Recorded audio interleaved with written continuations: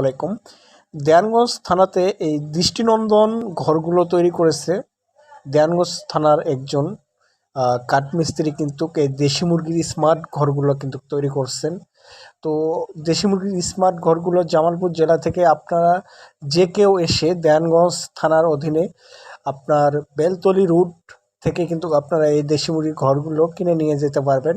এবং দেশি মুরগি পালনের জন্য কিন্তু এই ঘরগুলো খুবই পারফেক্ট, এবং আলো বাতাস সব দিক দিয়ে কিন্তু দেশি মুরগি পালনের জন্য এই ঘরগুলোর কোনো তুলনা হয় না। বিশেষ করে আমি মনে করি যে এই ঘরগুলো দিয়া দেয়ানগঞ্জ থানাতে একটি নতুনভাবে এই দেশি মুরগি স্মার্ট ঘর হিসাবে তৈরি করা হিসাবে কিন্তু এটা একটা ব্র্যান্ডিং পণ্য হিসাবে কিন্তু পরিচিত করে দেবে। ইতিমধ্যে বিভিন্ন জায়গায় সাড়া ফেলেছে এই ঘরটি, দেশি মুরগির এই স্মার্ট ঘরটি।